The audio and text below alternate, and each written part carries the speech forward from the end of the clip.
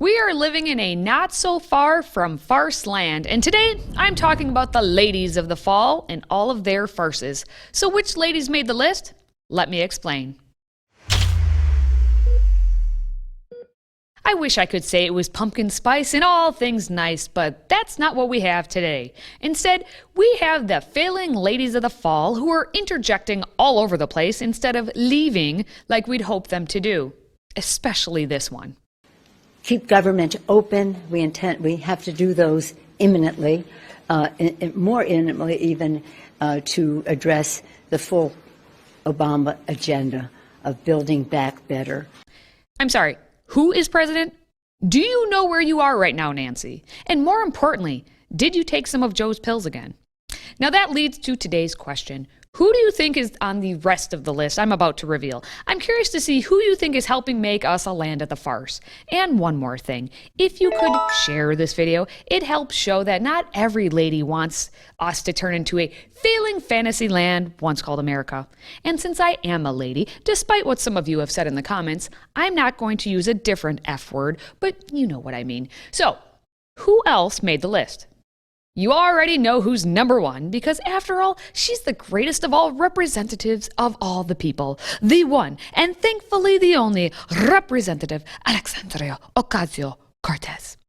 As you remember from a hot second ago, AOC was fighting injustice on our behalf. And we asked, what does it mean to be two working class women showing up to the Met? And so we decided that we're going to do it. And we'll send the message. Tax the rich.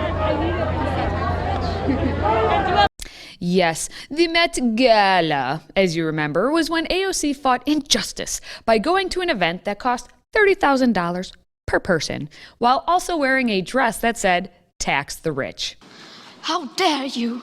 You and everyone else have no right to assume that AOC had any ulterior motives. She was there fighting for all of you, but you right-wingers just don't understand. And so AOC had to take precious time out of her weekend to go on Instagram to explain it. So, I'm hearing some folks, especially the right wing, having this critique about Monday saying, isn't it ironic that she showed up in a tax the rich dress? And I think we need to go back to literary class a little bit. Literary class. It's like English class, but not, because English is racist. Now, the definition of irony is the use of words that mean the opposite of what you really think, especially in order to be funny. That's not the opposite of what I think. We need to tax the rich, and we need to confront this establishment and this concentration of wealth that likes to consider or market itself as liberal or progressive, but wants to do absolutely nothing to address wealth inequality, and oftentimes lobbies to protect laws, including in the Democratic Party, to preserve the establishment of their class interest. Well, we clearly understand more about this situation than she does, but she put that on Instagram, so don't you question her. Just laugh instead, because it gets better. After the Met Gala, AOC and her team decided to make hay while the sun shines and promote the bleep out of the Tax the Rich collection of clothing they sell on their campaign website. They launched the collection back in December when I promptly heartily laughed at it, and now Team AOC says whether the message is on a sweatshirt or something more formal, the facts are the same. In order to reshape our economy and make it work for all of us, not just those who can self-fund their trips to space, we absolutely must tax the rich. Just give them $58 for a sweatshirt or $27 for a t-shirt. The fit is unisex, I'm sure in the name of equity. And just know that Team AOC said 100% of proceeds help fund Team AOC's critical grassroots organizing and campaigning for policies like this one. But AOC knows what irony means, and you don't. And so does Aurora James, the dress designer. Well, the Met Gala obviously is one of the most exclusive events in the world, and we wanted to come and deliver a message. And I think when we talk about inclusion and gaining access to closed rooms for people of color, when you finally get a seat at the table, you have to decide what the message is that you want to deliver. And I think for the Congresswoman, I think for myself, economic equality and economic justice was sort of top of mind, and tax the rich was really what we settled on. That makes perfect dollars and cents. It's all about the economic justice for James. Except, she owes $2,500 in delinquent property taxes on the $1.6 million mansion she purchased in Los Angeles in September of 2020. And, she owes about $15,000 in income taxes, and she owes more than $103,000 in federal liens. So, yeah. And yet, James found $2,700 to donate to Hillary Clinton for her primary efforts in 2016. So she has a history of picking failing women. That brings us to the next failing farce of today, Hillary Clinton, because she won't go away. She had to take it overseas because no one wants her here. Clinton was officially inaugurated and installed as the first female chancellor at Queen's University of Belfast. She let her social media know to call her Madam Chancellor, because you definitely aren't going to call her Madam President. Being a university chancellor is the closest she will get to being inaugurated for anything of a leadership position. All figurehead, no action. I just can't believe that they let Greta Thunberg off of her boat to carry the tails of the robe for Clinton. How dare you? Oh, Greta, making more appearances. On the note of universities, I must make mention of another couple of girls, if, of course, they identify as such, so you can be reminded how bad our education system has gotten and how the universities are mostly indoctrination camps.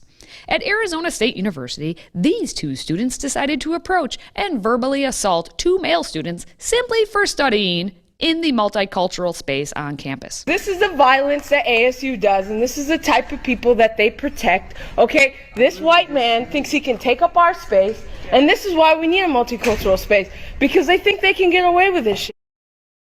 I assume these young ladies took their camera technique from AOC, who found herself the perfect spot to pull a crying stunt this week when voting on the funding of the Iron Dome in Israel. As you can see, AOC positioned herself right where the camera was taping and was able to get those crocodile tears in the shot. End scene. And end scene for the ladies of The View. Yes, I didn't know they were still on the air either, but two of them, well, those two weren't, because two of them tested positive for the thing we can't say its name without being canceled. So that thing that is Ovid C. Well, Joy Behar let everyone know that it'll be okay. Since this is going to be a major news story any minute now, what happened is that Sonny and Anna both apparently tested positive for COVID. No matter how hard we try, these things happen. They probably have a breakthrough case, and they'll be okay, I'm sure, because they're both vaccinated up the wazoo. You know, a lot of vaccines. Oh, okay. The best part is that the vice president was in the studio and was supposed to be interviewed by all of them. What a close call, right? But that at least answered the question for that day of... Where in the world is Kamala Lama Ding Dong? You see, because she's not at the border, she is only supposed to be in charge of handling the border crisis. Instead, Jen Psaki is out there trying to defend the indefensible, getting sassy pants with muck like this.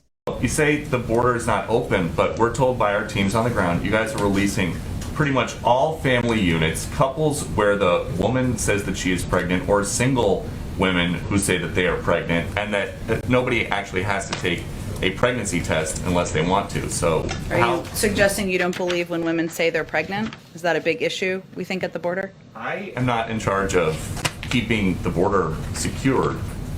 Do you think guys are. Pregnant women are posing a big threat to the border? You tell me. To the border communities? Is that a big issue?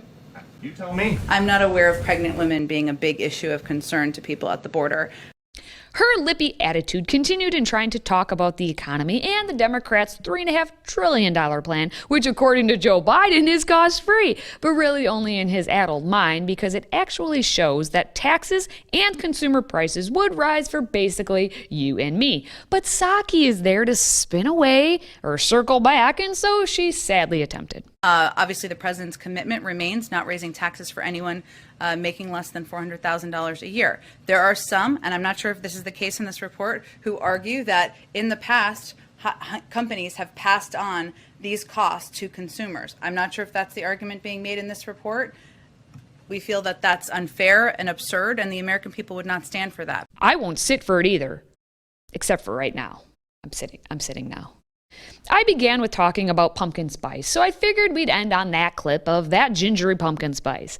For the record, I don't like pumpkin spice. This past week was a lot of fiery females failing to see what was good for this country because they were too busy falling for themselves, and it was quite the farce to watch. That's why I hope you share this video for all to see. Until next time, stay healthy, America.